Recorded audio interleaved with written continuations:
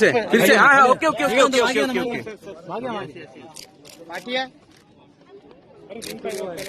एक हाथ तो लगा ना, हाथ तो लगा, अरे रिंग पहना वो छोड़ दे। हाँ यस सर थोड़ा मोबाइल पीछे ओके सर थोड़ा। और इस माहौल के दौरान मैं अपनी जो अभी मेरी मंगेतर है, मैं इनको पिछले 5 साल से जानता हूँ, एक दूसरे को हम जानते हैं, और मुझे इस दिन से बेहतर कोई दिन नहीं लगा अपने इस आवेदन को इनको प्रस्तुत करने के लिए कि क्या आप मुझसे शादी करेंगी। और सर जय हिंद, group captain UK Devnath sir, जय हिंद, बहुत बहुत शुक्रिया समय देने के लिए, थैंक यू सर। जय हिंद राजेश। थैंक यू सर, आपने समय दिया। आर्मी एविएशन कोर है और इत्तेफाक से मुझे भी उसमें सर्विस करने का बीच में मौका मिला 2 साल, बड़ा अच्छा लगा। और उस वक्त और अच्छा लगा जब हमारे एक आर्मी एविएशन कोर के एक कैप्टन साहब ने अपनी गर्लफ्रेंड को वर्दी में हेलीकॉप्टर के सामने प्रपोज किया। मैंने उस पर वीडियो भी बनाए। मेम साहब की खूबसूरती देख के मुझे लगा कि बॉलीवुड भी हैरान है कि वाकई में देश के अलग अलग जगहों पे खूबसूरती है। लेकिन वीडियो बहुत ज्यादा वायरल हो गए सर साहब के, और अब कैप्टन भारत भारद्वाज को इंडियन आर्मी ने फटकार लगाई है कि आप वर्दी के अंदर ऐसा कैसे कर सकते हैं। तो आपका पॉइंट ऑफ व्यू लेना चाहूंगा सर, कहां चूक गए? हाँ राजेश, सबसे पहले तो कैप्टन साहब को मेरी बधाई। दूसरी बात है कि कैप्टन साहब की वुड बी पत्नी को मेरा बहुत बहुत प्यार भरा शुभकामनाएं। भगवान करे कि उनकी जोड़ी सलामत रहे और इंडियन आर्मी का और भारत का नाम रोशन करे। देखो राजेश, आर्मी में तो हम लोगों ने अंग्रेजों के टाइम में बनाई थी। अंग्रेजों ने बहुत सारे रूल बनाए थे, काफी सारे रूल बहुत पुराने हो गए हैं, दकियानूसी हो गए हैं। 2-4 ढीले ढाले रूल अंग्रेजों के समय से चले आ रहे हैं कि आप वर्दी का इस्तेमाल सिर्फ ऑफिशियल फंक्शन के लिए करोगे। तो आर्मी थोड़ी, अब मैं तो देखो राजेश एयरफोर्स में था। एयरफोर्स में हम इस तरह के सुंदर सुंदर मीठी हरकतों को प्यार से, मोहब्बत से, हंसते हुए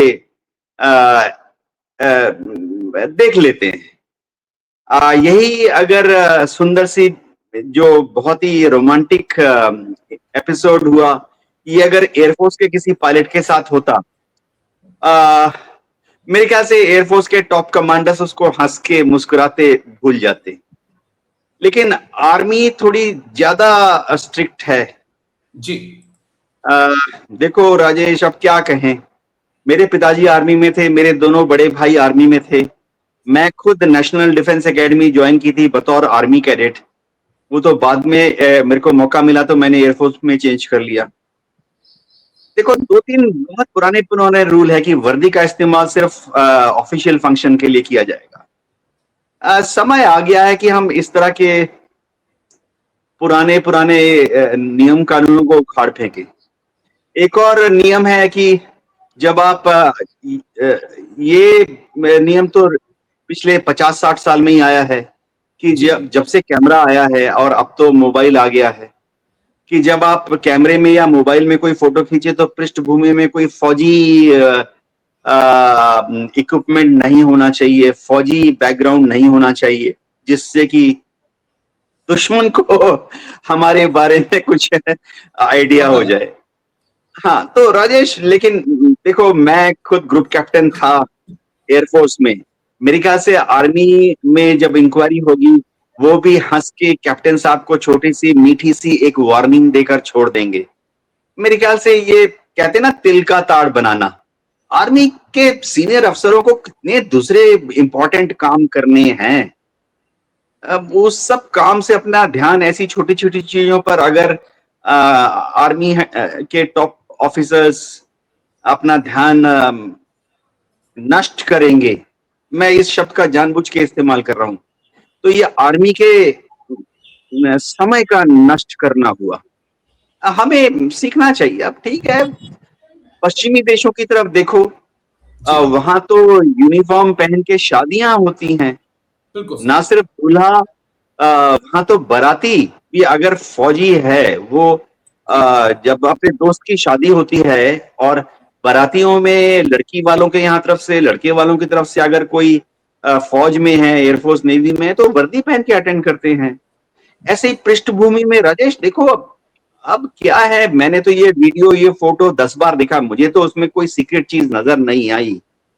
पासिंग आउट परेड होती है, वो तो हम लोग सोशल मीडिया में ही छापते रहते हैं। कई बार तो सरकारी प्रवक्ता ही उसको पीटीआई के जरिए या ऑफिशियल रिलीज करते हैं, हम प्रिंट मीडिया में, इलेक्ट्रॉनिक मीडिया में। आजकल तो इंस्टाग्राम में डाल देती हैं, आर्मी के ऑफिशियल मोबाइल में डाल देते हैं, ऑफिशियल साइट्स हैं आर्मी के कि फलाने जगह पासिंग आउट परेड हुई, ये हुआ, वो हुआ, इतने अफसर पास आउट हुए, बैकग्राउंड में हेलीकॉप्टर दिख रहे हैं, टैंक दिख रहे हैं, तोप दिख रहे हैं।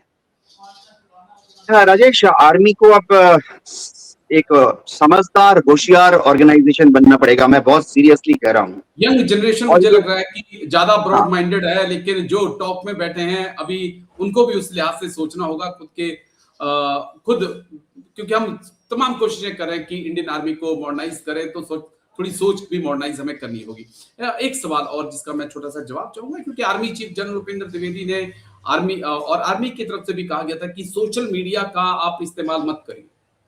ये बकायदा प्रेस रिलीज करके कहा गया था कि सोशल मीडिया का आप इस्तेमाल करिए, इंस्टा पे मत आइए, यूट्यूब पे मत आइए, फेसबुक पे मत आइए। लेकिन मैं अगर कैप्टन साहब को साइड में भी रख दूं, तो उसके बाद भी, क्योंकि ये तो मीडिया में आया, सोशल मीडिया में तो बाद में आया, उसके बाद भी हम देख रहे हैं कि बाढ़ सी आ रखी है, उसमें अफसर भी शामिल हैं, जेसीओ भी शामिल हैं, उसमें जवान भी शामिल हैं, जिनके वीडियो लगातार ट्रेंड कर रहे हैं सोशल मीडिया के ऊपर। इवन तक किसी का प्रमोशन हो रहा है, कोई पार्टी हो रही है, वो भी सोशल मीडिया पे आ रहा है। राजेश देखो, जब ये नियम लागू किए गए थे आज से 20 साल पहले, 10 साल पहले, 5 साल पहले, ये जो नियम है, इनको जरा शायद अब समय आ गया है थोड़ा सोच समझ के थोड़ा एलाबोरेट करना चाहिए कि आप सोशल मीडिया में अगर हैं, क्योंकि देखो अब जेन ज़ी का समय आ गया है। बिल्कुल। अब ये सोचना कि एक यंग 12वीं का लड़का जो एनडीए ज्वाइन कर रहा है, अब आप उसको सोशल मीडिया में नहीं आने देंगे, तो ये बहुत ही दकियानूसी मध्यकालीन मानसिकता दिखाता है।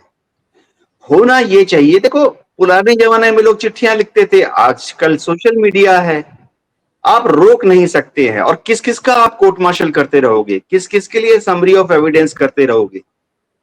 तो एक गाइडलाइन इशू होनी चाहिए कि आप सोशल मीडिया में जब इंटरेक्ट करते हैं तो फलानी चीजों का ख्याल रखिए कि कोई सीक्रेट चीज या कॉन्फिडेंशियल चीज या रेस्ट्रिक्टेड चीज, चाहे वो विजुअल हो या ऑडियो हो, ना निकल जाए।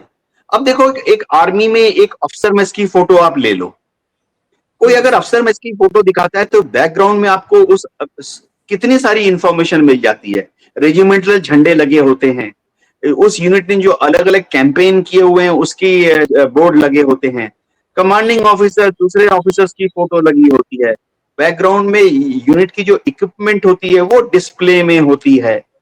तो आप इन चीजों से देखो, मैं खुद बताता हूं, एक पाकिस्तानी इंटेलिजेंस ऑफिसर आईएसआई का या एक चाइनीज इंटेलिजेंस ऑफिसर पीएलए की जो इंटेलिजेंस विंग है, वो इससे क्या निष्कर्ष निकाल लेगा। भाई रानीखेत में अगर गढ़वाल राइफल का रेजिमेंटल सेंटर है तो है जी, रानीखेत में उनकी पासिंग आउट परेड हो रही है तो है, पासिंग आउट परेड में इतने जवान, इतने अफसर, ये salute taken by lieutenant general so and so है। मेरा ये मानना है कि अगर ये पाकिस्तान को पता लग जाए, ये अगर चाइना की आर्मी को पता लग जाए, तो उससे क्या हमें कुछ नुकसान हो रहा है? हमें कैसे हम लड़ाई हार जाएंगे।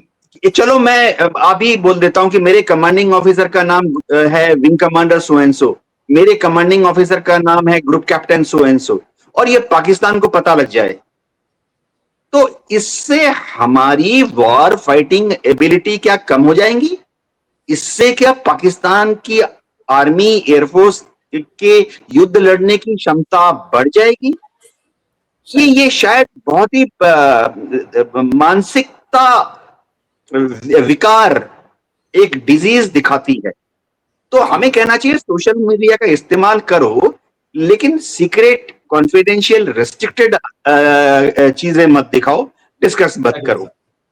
जी, हमने तो उस दौर में सर्विस की है जब कैमरे वाले जो मोबाइल होते थे उनको भी जब्त कर लिया जाता था। वो दौर था, वो चलन था जब कैमरे वाले मोबाइल आए थे। अगर किसी ने खरीद लिया तो सीनियर जेसीओ या सूबेदार मेजर आके कमांडिंग ऑफिसर के आदेश के बाद उनको अपने पास रख लेते थे। हमने तो उस दौर में भी सर्विस की है सर, लेकिन मैं आगे बढ़ना